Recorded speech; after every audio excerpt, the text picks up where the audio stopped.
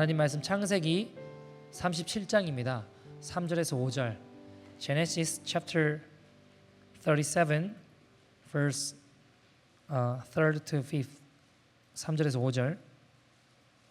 창세기 37장 3절에서 5절까지 말씀입니다. 구약성경 57페이지에 있습니다. 구약성경 57페이지 창세기 37장 3절에서 5절입니다.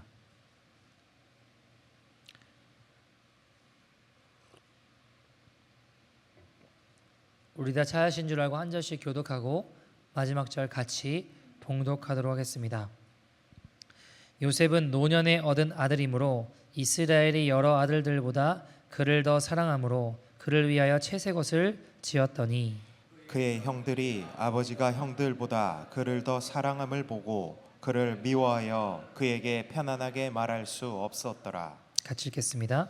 요셉이 꿈을 꾸고 자기 형들에게 말하매 그들이 그를 더욱 미워하였더라. 아멘. 하나님의 말씀입니다. 제가 처음에 이제 신학대학원을 가고 대학원에 입학해서 이제 수업을 듣는데 사람들이 저를 전도사라고 부르더라고요. 전도사님 이렇게 부르더라고요. 굉장히 부담스러워. 처음 들어봤거든요. 굉장히 부담스러웠습니다. 내가 전도사야? 내가 전도사야? 내가? 이제 이런 생각이 들고 야, 내가 진짜 잘 살아야겠다. 하나님 앞에 긴장하고 하나님 앞에 정말 전도사답게 잘 살아야겠다. 그런 기대감과 또한 떨리는 마음, 또 두려운 마음이 제 안에 그런 기대치로 작용을 했던 것 같습니다. 제가 이제 마가다락방에서 사역을 하면서도 사람들이 저를 전도사님 부르더라고요. 그럴 때마다 어쩔 줄 몰라 했어요. 처음에. 여러분, 제가 목사 한 수 받았을 때는 어땠을까요? 동일하지 않았겠습니까? 목사 한 수를 받는데 야, 내가 이제 빼도 박도 못하는구나, 되도록 할 길이 없구나 하는 마음도 들었지만 동시에 내가 진짜 목사답게 잘 살아야겠다, 하나님 말씀대로 잘 순종하고 하나님 앞에 거룩하고 경건하게 잘 살아야겠다 하는 기대치, 그런 마음들이 제 안에 많이 들었던 것 같습니다. 그래서 목사님 이렇게 불려질 때마다, 전도사님 이렇게 불려질 때마다 그런 거룩한 부담감이 제 안에 있었습니다. 근데 여러분, 자꾸 불려지다 보면 어떤 생각이 들까요? 익숙해지는 거예요. 그러려니 하게 되더라고요. 어느 날 보니까요, 제가 목사님 해도 내가 이런 마음이 드는 게 아니라 당연하게 받아들이더라고요. 익숙해지더라고요. 그렇게 하나님 말씀대로 거룩하게 살아야겠다는 기대치마저 상실한 채 당연히 여기며 내가 목사구나 하고 살고 있더라고요. 그걸 보면 제가 깨닫게 된 게 있습니다. 뭘까요? 무엇이라고 불리는 어떤 외적인 기대가 결국 나를 변화시키는 것은 아니구나. 여러분, 우린 인생에 어떤 스티뮬레이트 받는 어떤 자극들을 찾게 되죠.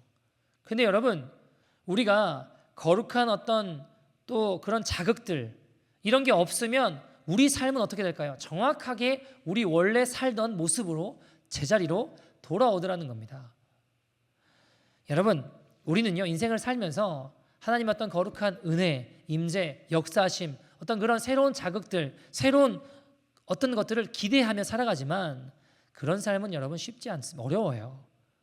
매번 그렇게 더 큰 자극들을 이루며 살아가는 사람은 잘 없습니다. 외적인 기대와 자극으로 우리 삶이 부풀어져도 여러분, 그것은 결국 제자리로 스물스물 돌아가더라는 것입니다. 여러분, 제가 보니까요, 어떤 그런 놀라운 체험과 기적들, 은혜들을 계속 기대하면서 걸어가면 그 사람의 삶은 결국 이상한 데로 끌려가더라고요. 제가 이제 선교에 조금 관심이 있어서 몇 나라를 이제 사람들을 데리고도 가보고 어쨌든 단기 선교를 몇 번 가본 적이 있어요. 근데 특히 청년들 중에 어떤 친구들이 있냐면 가는 데마다 거기를 하나님 자기를 부른대요.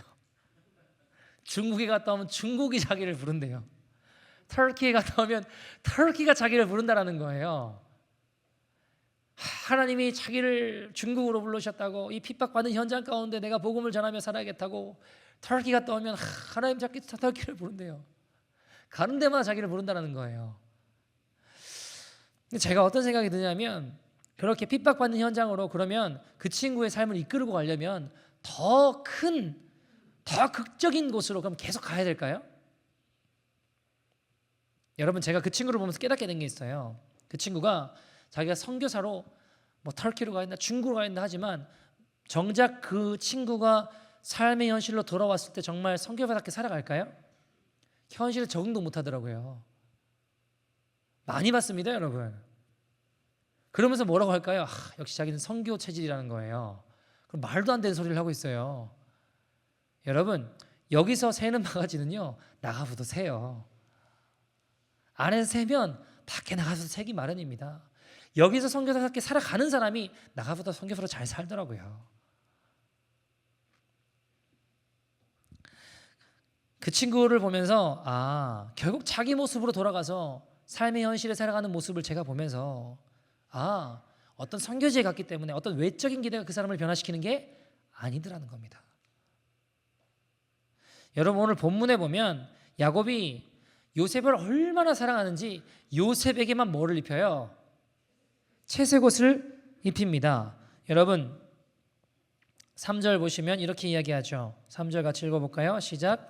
요셉은 노년에 얻은 아들이므로 이스라엘이 여러 아들들보다 그를 더 사랑함으로 그를 위하여 채색옷을 지었더니. 아멘. 여러분, 채색옷이라고 하는 건 당시 귀족들이 입던 옷입니다. 가나안 땅에서 구할 수 있는 옷이 아니에요. 흔한 옷이 아닙니다. 그런 옷을 누가 입었다고요? 요셉이 입게 되었습니다. 당시 아무나 입을 수 있는 옷이 아니었다라는 겁니다. 마치 우리로 따지면 어떤 좋은 명품 옷 같은 거 있잖아요. 제가 잘 몰라서 이런 거 예를 잘 못 들겠는데, 나이키, 아디다스 그러면 이거 이상하게 생각할 거고, 뭐가 있을까요? 뭐 구찌라든가 그것도 아닌가요? 어쨌든 여러분, 잘 몰라요 제가. 그러니까 이 세상에 흔히 구할 수 없는, 몇 안 되는, 많지 않은 그런 되게 좋은 유명한 그런 옷이라고 칩시다. 여러분, 그런 옷을 입게 되었다라는 거예요.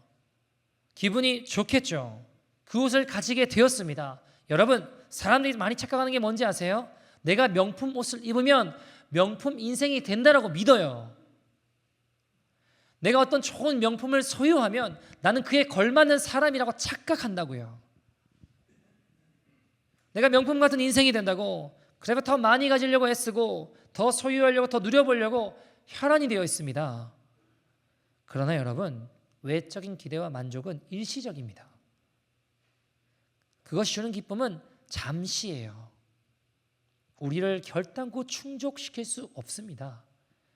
여러분, 성경에 보시면 온 천하를 얻고도 제 목숨을 잃으면 무슨 소용이 있냐라고 했어요.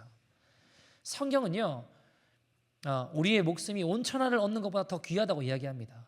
다르게 표현해 보면 온 천하를 얻는다고 해도 만족을 못하는 게 사람의 목숨이고 사람의 인생이라는 거예요. 그러니까 온 천하를 얻어도 사람은 만족함이 있어요, 없어요? 없는 게 인생이라는 거예요. 없는 게 사람이라는 겁니다. 여러분, 제가 어릴 때 저희 부모님이 공장에 싱크대 공장을 하셨거든요. 집이 그 공장 제일 안쪽에 이 단칸방에서 우리가 네 식구가 같이 살았어요. 근데 거기 살다가 이제 후에 아파트라는 곳으로 이사를 오게 되었습니다. 처음으로 제 방이라는 게 생겼어요. 엘리베이터라는 것도 태어나서 처음 타봤어요. 너무 재밌더라고요, 엘리베이터 타는 게. 하루 종일 엘리베이터 타고 놀았어요, 동생이랑. 17층 눌렀다가 7층 눌렀다가 그것만 있어도 하루 종일 놀겠더라고요. 너무 좋더라고요. 재밌더라고요. 여러분, 제 방에 생긴 기쁨이 있었습니다. 얼마나 갔을까요? 제가 지금도 그것 때문에 막 기뻐하고 있을까요? 지금도 그것 때문에 막 좋아하고 있을까요? 그럼 저 병원 가야 됩니다, 여러분. 그죠? 여러분, 어떤 성도님 새로운 집을 사서 들어갔는데 너무 좋더래요. 설레고 기쁘더래요. 한 달 가더랍니다. 한 달. 즉, 외적인 기대가 주는 변화는 일시적이에요. 외적인 기대치가 결국 나의 삶을 그렇게 바꾸지 못합니다, 여러분. 요셉이 아무나 입을 수 없는 채색 옷을 입었지만 그런 귀한 옷을 입을 만한 행동을 하던가요? 오늘 보면 앞서 2절에 보시면 어떤 내용이 나오나요? 본 앞에 2절 보시면 어떤 일을 하죠? 계속 요셉이 뭐예요? 야곱한테 형들 잘못된 걸 자꾸 꼰지르는 거예요. 미움을 사요. 그죠? 5절 보시면 어때요? 오늘 보면 마지막에 보면 부모 형제들에게 자기한테 저라는 꿈을 꿨어요. 그걸 분위기 파악 못하고 아무 때나 막 이야기를 해가지고 형들로부터 미움을 삽니다. 그죠? 나 이런 옷 입는 사람이야 라고 하는 외적인 기대가 그에 걸맞는 진정한 변화를 일으키지 못하더라는 겁니다. 자, 여러분, 이스라엘 백성들 한번 생각해 봅시다. 여러분, 홍해가 눈앞에서 갈라졌어요. 그리고 수많은 우리를 쫓아오고 죽이려고 하던 애국 군대들이 그 물에 우리는 건넜는데 그 물에 애국 군대는 수장되어 죽었습니다. 그 놀라운 외적인 역사가 나타날 때 하나님 안 믿을 사람 누가 있겠냐고요. 다 믿지 않겠습니까? 여러분, 만나와 메추라기가 맨날 굶을 수밖에 없는 광야를 돌 때 만나와 메추라기가 매일매일 눈만 뜨고 자고만 일어나면 눈만 뜨면 하나님이 허락해 주셨어요. 주님 안 믿을 사람 있을까요? 없을까요? 없어요. 다 믿어요, 여러분. 자, 여러분, 어디로 가야 될지 몰라요. 근데 불기둥이 밤에 나타나요. 낮에는 구름 기둥이 나타납니다. 너무 목이 말라요. 광야에서 바위를 쳐서 깨트렸는데 거기서 물이 나와요.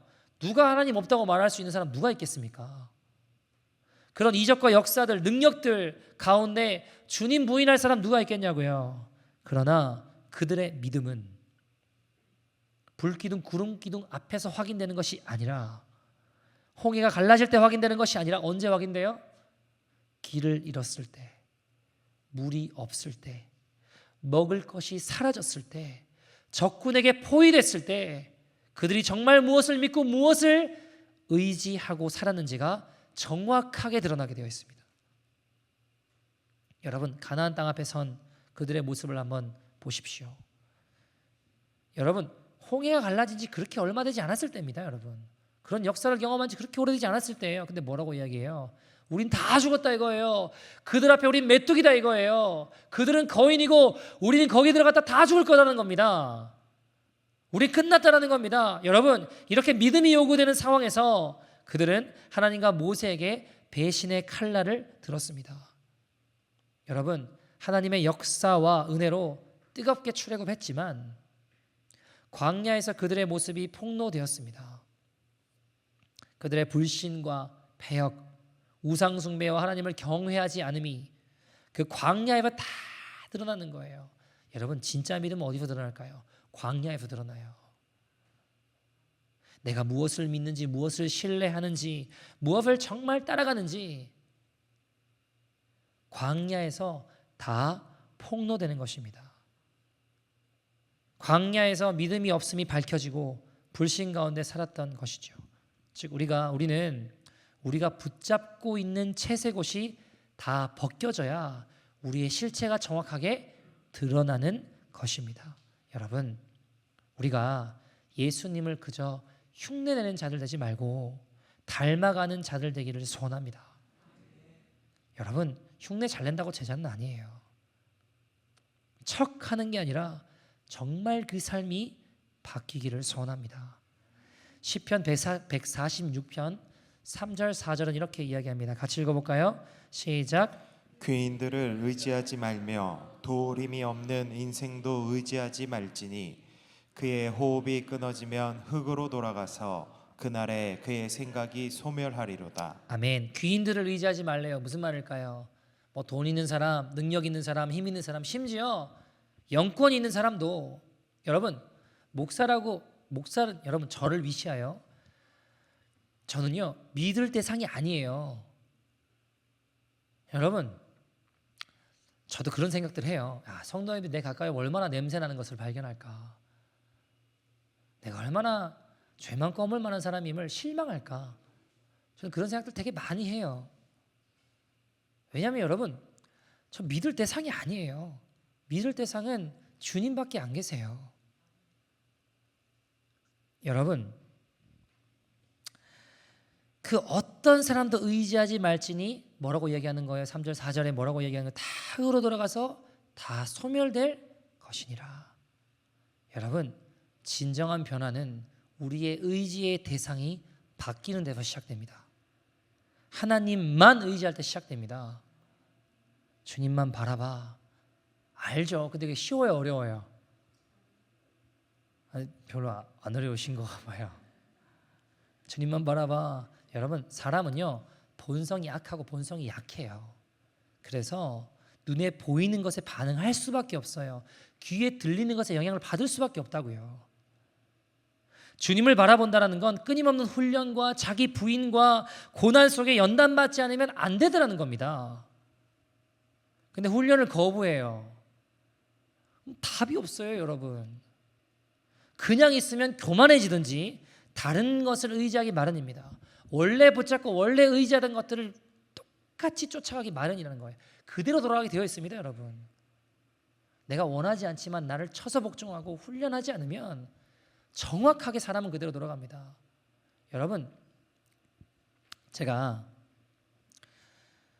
처음 이제 교회를 개척하고 교회 장소를 찾고 준비할 때 제가 사역이란 걸 처음 할 때보다 동일하게 지금까지 외쳐오던 것 중에 하나가 뭐냐면 예수님이면 충분합니다라는 거예요. 우리 인생의 그 모든 것을 다 잃어버린다고, 다 빼앗기고 모든 것을 다 파괴되고 없어진다고 해도 예수님이면 충분하다. 그 고백할 수 있는 사람이 진짜 믿음의 사람이다. 이제 그런 이야기들을 늘 외쳐왔어요. 근데 제가 개척을 하고 교회 장소를 찾으면서 예배를 드리고 뭐 이렇게 하고 있는데 몇 사람 없지만 사람들이 떠나고 혼자 예배 드릴 때가 있었어요. 혼자 예배 드린다고 딱 서서 준비한 찬양을 하고 이제 기도를 하고 설교를 하는데 점점 제가 힘이 스르르륵 빠지는 거예요.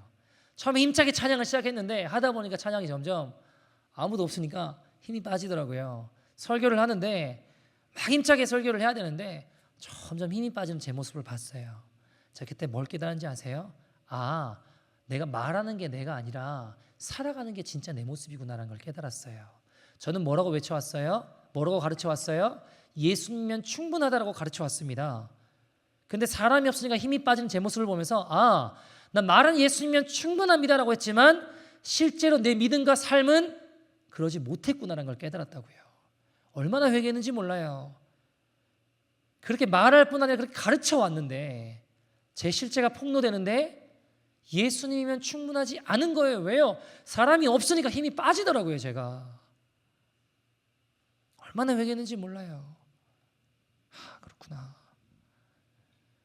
그 고백이 거짓이었구나. 주님이 제 채색옷을 완전히 벗기시니까 내가 얼마나 방백을 의지하며 살았는지, 귀인을 의지하며 살았는지 제 실체를 정확하게 드러내시더라고요. 여러분, 내가 믿음이 있다고 했지만 얼마나 순도가 낮은 믿음이었는지를 보게 하셔서 내가 진정 무엇을 의지하는지를 보게 해 주십니다. 왜요? 진짜 변화되기 위해서요. 여러분, 우리의 믿음을 눈에 보이는 기적과 상황에 두지 마십시오. 내가 그토록 의지하던 그것이 여러분 사라지는 순간 우리가 정말 무엇을 의지했는지가 다 드러난다는 겁니다. 시편 146편 5절 말씀, 그 다음에 5절 이렇게 이야기하죠. 같이 읽어볼까요? 시작.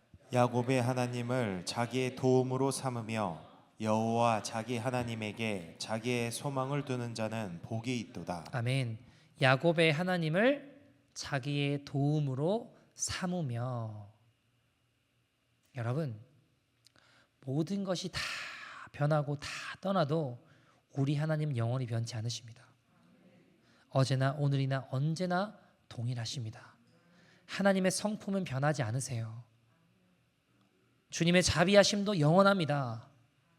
우리 그 찬양 있죠? 신실하신 하나님, 실수가 없으신 좋으신 나의 주. 주님은 신실하세요. 변함이 없으세요. 매일 변하는 사람들의 인정과 사랑에 우리의 삶을 기대어 살다가 그것이 변하면 여러분 우리 사랑도 다 끝나는 거예요. 주님만 의지하면 그 사랑과 인정이 떠날 때 여러분 우리 아플 수는 있지만 이겨낼 수 있습니다. 하나님을 자기의 도움으로 삼으며 하나님께 자기의 소망을 두는 자는 복이 있도다. 여러분 이 고백 다윗의 경험담입니다. 그는 고난을 통해 인생의 광야를 통해 인생의 경험을 통해 그가 의지하던 모든 것이 헛된 것이었음을 깨달았습니다. 그의 채색옷이 벗겨졌습니다. 여러분 처음부터 대단한 사람은 없어요. 처음부터 믿음의 사람은 없습니다. 다윗도 하나님 신뢰하는 것 같았지만 그가 광야에서 하나님 말고 다른 물술물들 다른 것들을 의지하는 것을 너무 많이 보았던 것입니다. 여러분 다윗도 시편에 보면 항상 찬송만 있어요? 아니면 한탄과 눈물과 회개에 대한 고백도 있어요? 질문이 너무 어렵나요? 다윗의 시편 보면 항상 찬송만 있나요? 하나님 영화로우십니다 이런 것만 있나요? 아니잖아요.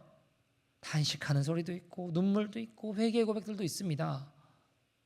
그 고백으로 만들어져 가는 겁니다. 여러분 아무리 대단한 이야기를 들어도 아무리 대단한 사람들을 만나도 의지의 대상이 바뀌지 않으면 변하지 않으면 백날 천날 기적을 맛봐도 변화되지 않습니다. 다윗도 시편 보면 얼마나 탄식과 고통의 소리가 많아요. 나는 끝났어. 나는 죽을 것 같아. 그런 고통이야. 그러나 마지막은 어때요? 항상 주님을 찬양합니다. 주님을 바라보리로다. 내 영혼아 어찌하여 낭망하느냐. 그러나 나는 하나님을 바라보리이다. 여러분 우리가 믿음이 좋아진다고 해서 전혀 앞으로 인생에 흔들림이 없을까요? 믿음의 순도가 조금 높아진다고 해서 우리가 꿈쩍도 안 할까요? 여러분 우리가 육신을 입고 사는 동안 흔들릴 겁니다. 그러나 중요한 것은 끝까지 흔들리는 것이 아니라 흔들리다가도 다시 오뚜기처럼 십자가 붙잡고 주님을 딱 바라볼 수 있는 마음의 심지를 잡는 것, 그것이 승리하는 신앙입니다. 여러분 다윗이 광야에서 철천지 원수 같았던 사울을 죽일 기회가 왔습니다. 여러분 여론도 이미 대중들도 다윗 편이에요. 민심도 다윗에게 왔어요. 사울 왕이 이상하다고 여깁니다.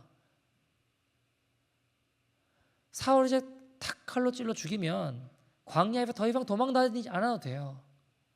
마음 편하게 잠 한 번 못 잡았는데 이제는 마음 편히 원수를 하나님 드디어 원수를 갚을 기회를 주시네 할 수 있는 거 아닙니까? 고난을 끝낼 수 있는 기회가 왔는데 나도 여기서 칼을 들고 싶어. 나도 여기서 다 끝내고 싶어. 그러나 주님이 하실 거야 하고 칼을 내려놓는 거예요. 여러분 우리 삶에 억울한 일 없으세요? 울분이 나는 일 얼마나 많으십니까? 가서 난리버섯 피워도 되잖아요. 욕 한번 거하게 할 수 있잖아요. 끝장낼 수 있는 거 아닙니까? 그런데 우리가 왜 그렇게 하지 않나요? 우리가 왜 기다리나요? 만약 그렇게 하면 하나님이 일하실 수 없으니까. 하나님이 일하실 수 있도록 하나님 의지하는 법을 배우도록 나아갈 때 다윗의 삶처럼 하나님이 일하시는 것을 보게 됩니다. 여러분 문제가 있을 때 어떻게 반응하세요? 내 고집대로 그냥 내 살아오는 방식대로 살아가십니까? 여러분 안 좋았던 일 생각하면 그때 정말 운이 안 좋았어. 그놈만 없었으면 그놈 때문에 그놈만 없었으면 이렇게까지 주저앉지 않았을 텐데 이렇게 하고 계시다면 여러분 주소를 전혀 잘못 찾고 계신 겁니다. 여러분 지금 겪는 어려움 가운데 혹시 나의 욕심에서 오진 않았나? 나의 허영에서 오진 않았나? 나의 고집과 나의 부끄러운 믿음에서 온 것을 깨달아야 합니다. 아, 내가 다른 것을 의지했구나. 깨달아야 됩니다. 여러분 다윗 주변에 각양각색 사연을 가진 자들이 많았습니다. 억눌린 자, 줄인 자도 보았습니다. 힘 있는 자들에게 짓밟히는 것도 보았습니다. 상황이 안 좋아요. 그러나 다윗이 뭘 봤을까요? 주님을 바라보니 주님이 입히시고 돌보시는 것을 보게 하신 겁니다. 사랑하는 여러분, 우리가 세상을 보면 우리를 자극하는 사건들이 참 많습니다. 세상이 불공평하게 돌아가는 건 얼마나 많나요, 여러분? 그런데 우리가 이것을 일일이 다 반응하고 따지다 보면 우리가 하나님을 신뢰할 수 있는 기회를 계속해서 잃어버리게 되는 겁니다. 내 새치혈을 믿게 되고 내 힘을 믿게 되고, 그럼 우리 삶은 절대로 광야를 벗어날 수 없게 되는 겁니다. 선악간의 심판은 주님이 하시는 거구나. 여러분, 우리 판단이 얼마나 주관적일 때가 많아요. 지금은 막 맞다라고 열불 내는데 되돌아보면 나중에 보면 막 납그럽고, 야, 내가 그때 왜 그랬을까? 그런 적 없으세요? 전 많아요. 세상이 너무 불공평해 너무 많았거든요. 저도. 우리 부모님이 뭘 그렇게 잘못했다, 우리 집은 왜 이렇게 맨날 망해야 되고, 나는 왜 이렇게 살아야 되고, 다 불공평하게만 보이더라고요. 그때는 막 이렇게 판단하고 했는데 가만히 좀 되돌아보면 내가 그때 왜 그랬을까, 이런 생각 되게 많아요. 눈앞의 것만 보고 판단하고 실망하거나 기뻐할 때가 너무 많은 거예요. 여러분, 이거 어차피 방송 안 나가니까 지난주 화요일에 김민정 전도사님이 오셔서 말씀 전해주셨잖아요. 너무 큰 은혜 받았습니다. 그죠?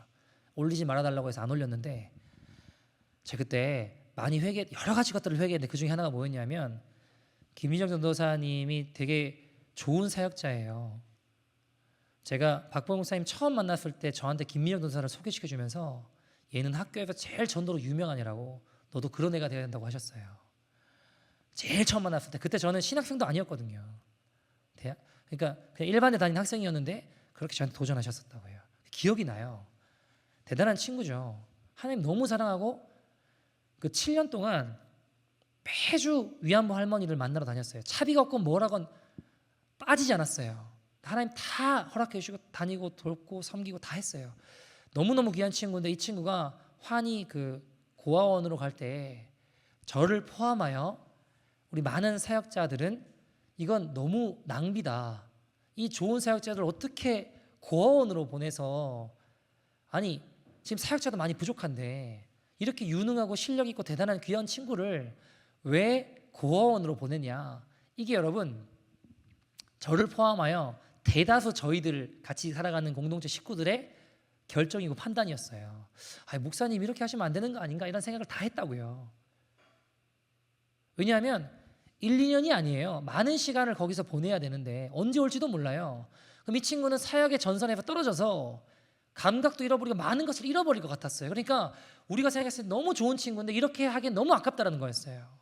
근데 제가 화요일에 설교를 들으면서 무슨 생각이 들었냐면, 그렇게 말했던 게 너무 부끄러운 거예요. 하나님이 고아원의 시간으로 말미암아 하나님의 스토리와 하나님의 마음들과 하나님의 일들을 진행하고 계시고 하나님의 그 스토리들을 만들어오고 계시더라고요.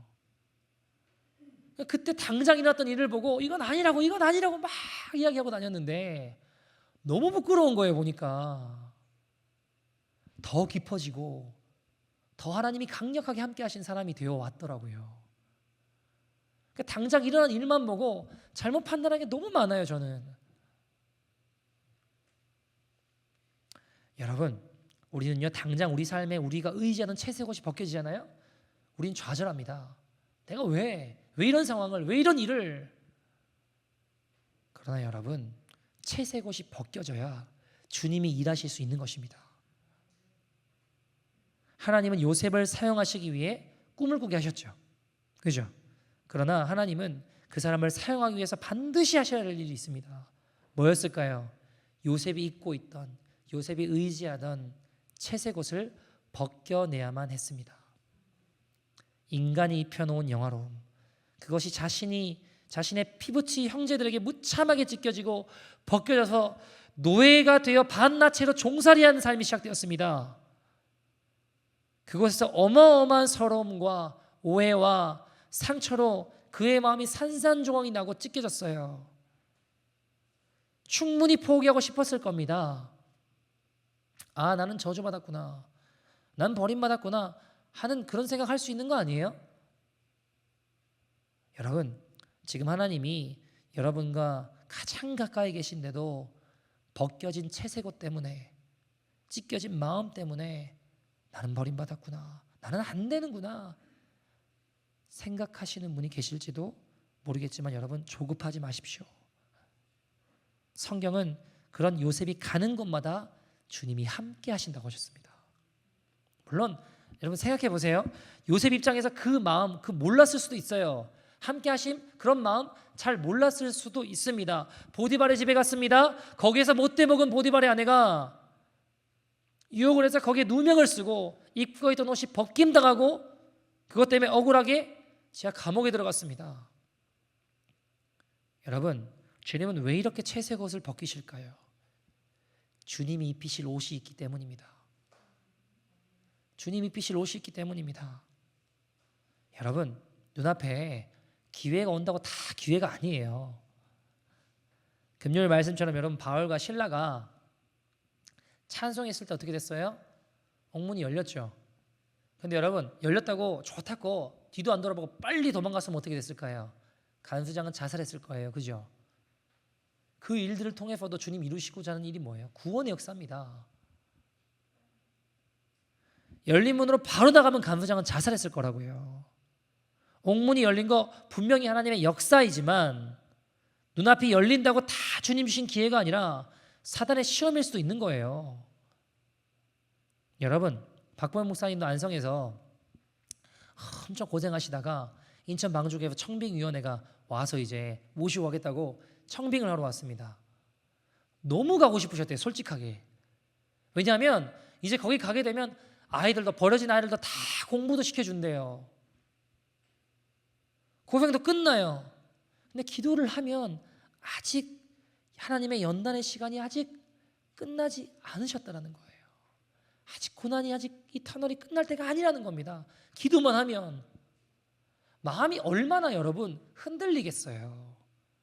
거기만 따라가면 이제 이렇게 고생 안 해도 되는데 암 굶어도 되는데 우리 아이들 공부도 다 시켜준다는데 이 버려진 아이들 그런 걱정 안 해도 되잖아요. 청빙위원회가 교회 앞에 찾아와서 문을 잠그고 찾아와서 두드리는데 문을 잠그고 없는 척하며 광대상에 엎드려서 막 기도하셨대요. 하나님 도와달라고. 내 마음은 흔들린다고.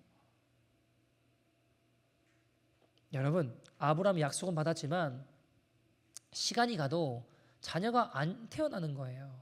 이삭이 안 태어나는 겁니다. 안 이루어져요. 그래서 아내의 여종 하갈과 동침하여 아이를 가질 기회가 생겼습니다. 근데 어때요? 그거 덥죽 잡았다가 어떻게 됐어요? 나중에 막 아내들 싸우고 아이들이 싸우고 번뇌와 고민으로 아브라함이 얼마나 괴로워합니까? 나아가서 우리는 어때요? 이슬람 때문에 얼마나 주님 오심이 막히고 있습니까, 여러분? 우리도 얼마나 고생하고 있어요. 철천지 원수 사울 죽일 기회가 다윗에게 왔습니다. 그러나 다윗은 그 기회를 거절합니다. 칼을 걷어요. 여러분, 예수님은요, 사람들이 다 보는 가운데 사람들이 칭송하고 영광을 돌릴 때 그렇게 왕이 되실 수 있었습니다. 그죠? 그 자리에 메시아로 등극하실 수 있었습니다. 그러나 예수님은 그 모든 왕과 메시아, 모든 칭찬과 명예와 박수, 환호, 갈채를 거절하시고 어디로 가셨어요? 골고다로, 십자가로, 십자가 지는 길로 가셨습니다. 오히려 그 길에 잡지 않으시고 십자가 지셨습니다.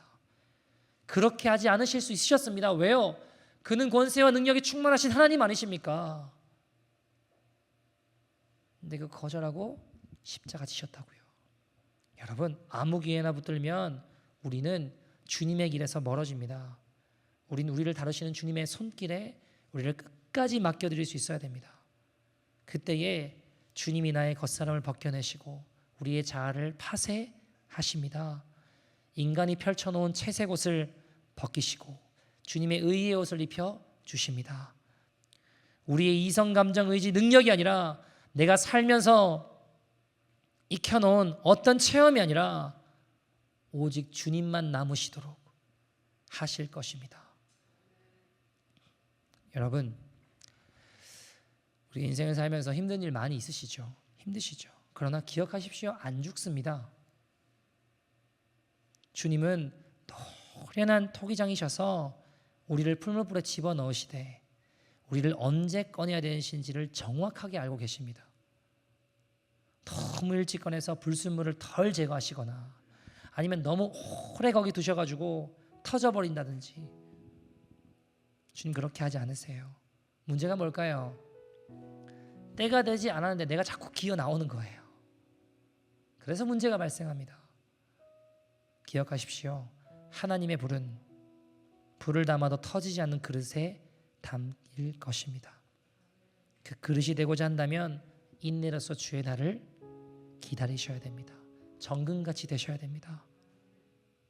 순도가 낮은 그릇이 아니라 정금같이 되도록 주 앞에 서셔야 합니다. 여러분, 정금이 되려면 풀무불에 반드시 들어가야 됩니다. 채색옷이 벗겨져야 됩니다. 물 가운데도 불 가운데도 들어가야 됩니다. 그러나 주님이 그때 우리의 믿음의 실체를 폭로하시고 우리의 사랑의 순도를 드러내셔서 정말 내가 하나님께 쓰임받을 수 있는 사람이라고 생각했는데 찌꺼기밖에 없는 진흙덩어리구나 하는 것을 깨닫고 주님만 바라보게 됩니다. 주 앞에서 낮추라. 그리하면 너희를 높이시리라. 여러분, 채색 옷을 벗으십시오. 그러면 주님의 옷을 입게 될 것입니다. 내가 붙잡고 있는 채색 옷이 벗겨져야 우리는 하나님의 손에 빚어질 수 있는 것입니다. 한 이야기 들을 말씀을 좀 마치죠. 예전에 한번 들은 적 있는 이야기 같은데, 어린 형제가 있었습니다. 불의의 교통사고로 부모님을 잃게 됩니다. 일가 친척이 없었기 때문에 한순간에 고아가 돼버린 거죠. 형 나이 해봐야 9살, 10살, 동생 나이 해봐야 6살 정도밖에 안 되는 아이들이었습니다. 어린 동생이, 형은 어린 나이에 하루아침에 가장이 됐어요. 어린 동생이 밤마다 엄마 보고 싶다고 아빠도 보고 싶다고 울면 이 아이를 꼭 끌어안고 어떻게 해야 될지를 모르겠는 거예요. 어린 나이에. 길 가다가 헌옷이라도 생기면 누가 옷이라도 벗어놓고 가면 그거 주워다가 동생 먼저 입히고. 그러다가 이 형제가 교회를 가게 됐는데 세상에서 부모님에게도 받아보지 못한 사랑을, 그리스도의 사랑을, 하나님의 사랑을 그것을 경험하게 되면서 형이 예수님을 믿게 돼요. 하나님을 만나게 됩니다. 아무것도 바뀌지 않았습니다. 근데 이 형이 바뀌기 시작해요. 변화되기 시작합니다. 그러나 안타까운 건 어떻게 같은 뱃속에서 나왔지만 동생은 너무 반대로 잘못된 길로 걸어가는 거예요.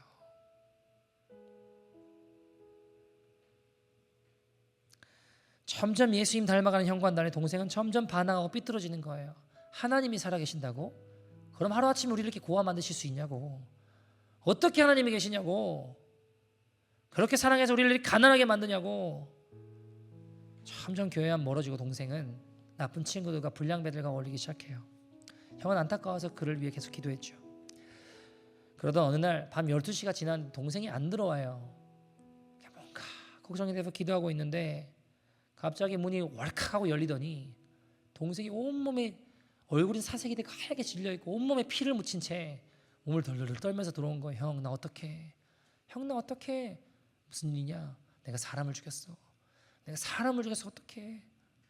불량배들과 어울리다가 홧김에 사람을 쳐 죽였는데 정신 차려보니까 사람이 죽어있는 거예요. 너무 잔인하게 죽여놓은 거예요. 기겁을 하고 다 도망가는데 자기도 어떻게 해야 할지 몰라서 생각난 건 형한테 가야겠다 해가지고 집으로 들어온 거예요. 형, 나 어떻게 하고 벌벌벌 떨고 있는 겁니다. 형이 잠깐 기도를 하더니 동생이 그 입고 있던 피 묻은 옷을 다 벗기고 장롱에 동생을 숨겨요. 그리고 그 피 묻은 옷을 자신이 입기 시작합니다. 잠시 후에 밖에서 쾅쾅쾅 하는 소리가 들리더니 경찰이 들어왔습니다. 그리고 형을 보자마자 주먹으로 때리고 발로 차고 형을 이 수갑을 채우는 거예요. 네가 사람 죽였지. 옷을 보니까 확실하네. 하며 형을 때리는데 얼마나 때리는지 형이 기절해서 끌려갔습니다. 형이 조사를 받게 되었습니다. 다른 말 하지 않는 거예요. 이상하게 형이. 너 그때 누구랑 있었냐? 저는 이 죄에 대해 벌을 받아 마땅합니다. 왜 죽였냐? 제가 이 죄에 대해 벌을 받겠습니다. 너 진짜 네가 한 짓 맞냐? 제가 이 죄에 대해 벌을 받겠습니다. 그냥 그렇게 조사가 진행되고 너무 잔인하게 사람을 죽인지라 사형 언도가 내려집니다. 죽기 며칠 전에 형이 편지를 써서 교도소장에게 부탁을 해요. 이 주소로 이 편지를 보낼 수 있겠습니까? 교도소장이 알겠다고 했습니다. 그리고 형은 형장의 이슬로 사라지게 됩니다. 자, 며칠 뒤에 편지가 도착하게 됩니다. 어디였을까요? 동생이 있는 집 주소였습니다. 우편 배달부가 와서 꽝꽝꽝꽝 편지 왔습니다 하는데 두드려서 사람이 안 나와요.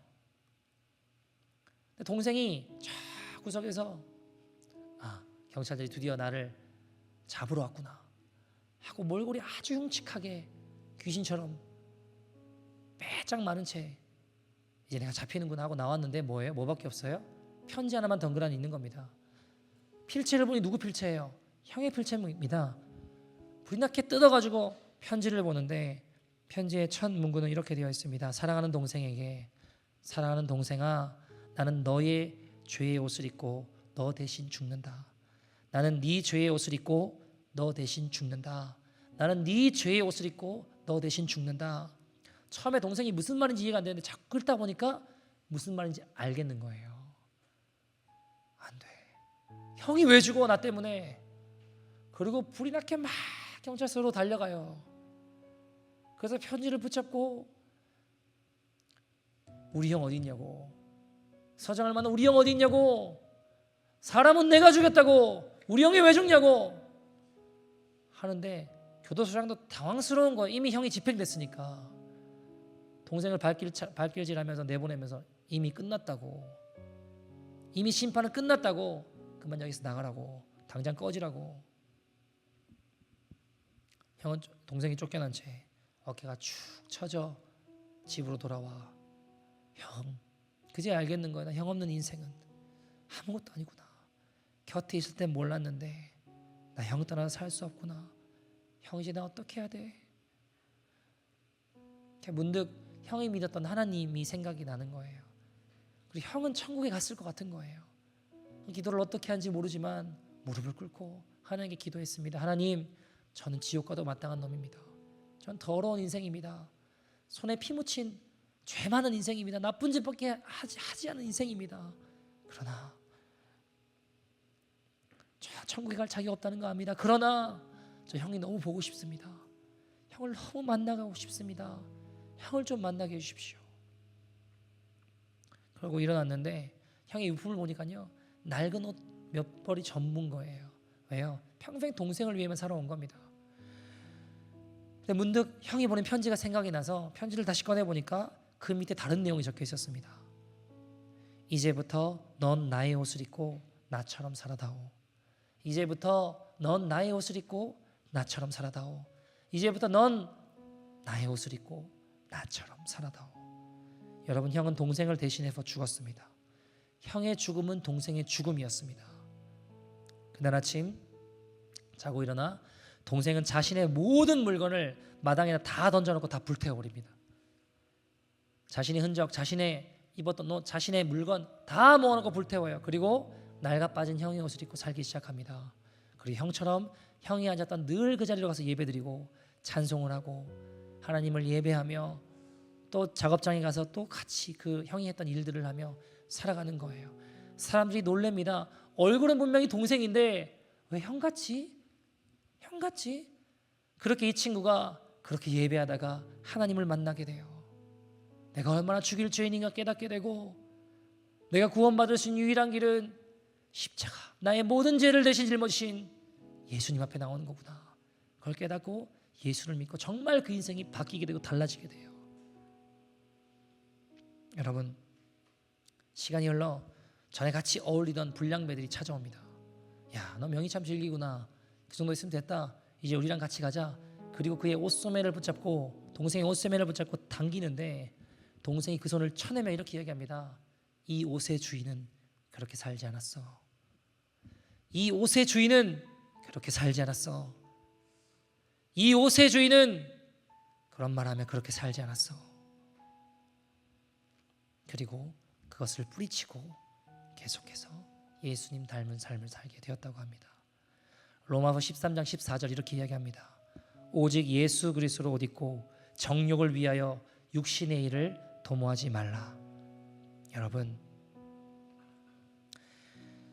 예수님으로 옷 입고 정욕을 위하여 육신의 일을 도모하지 말라고 하셨습니다.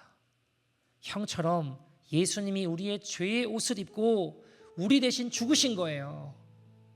모든 고통은 예수님이 담당하신 것입니다.